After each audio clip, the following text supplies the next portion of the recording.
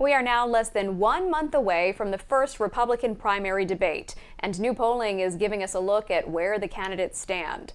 Doug Luzader is in Washington with more on how the race is shaping up in key primary states. Well, we've seen a lot of national polls, but you have to drill down into early states like Iowa and South Carolina to see where this contest really stands, with a number of candidates counting on next month's debate to make up some ground. I'm glad it's giving me a nice cool day down here in South Carolina. Presidential hopeful Chris Christie courting potential voters at a campaign event in Columbia, South Carolina over the weekend. But he has a tough road ahead of him if he hopes to catch the top of the pack. New Fox Business polling shows 48% of South Carolina Republican primary voters favor Donald Trump as their candidate. The state's former governor, Nikki Haley, is a distant second at 14%.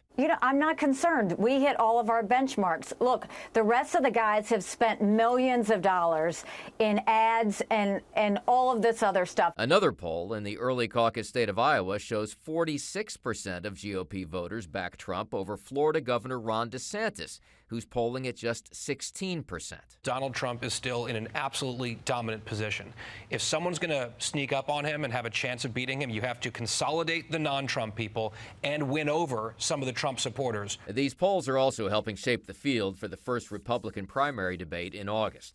Trump, DeSantis, Haley, and tech entrepreneur Vivek Ramaswamy are among those who have met the polling threshold, but there's also other criteria in order to qualify. We've seen a lot of them make this $40,000 small dollar donor threshold, which I think is just a building block. If you can't raise $40,000 in small dollar donations or 40,000 different small dollar donations, you're not going to be competitive against Joe Biden.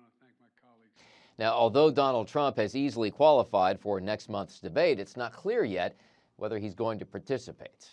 In Washington, Doug Luzader, Fox News.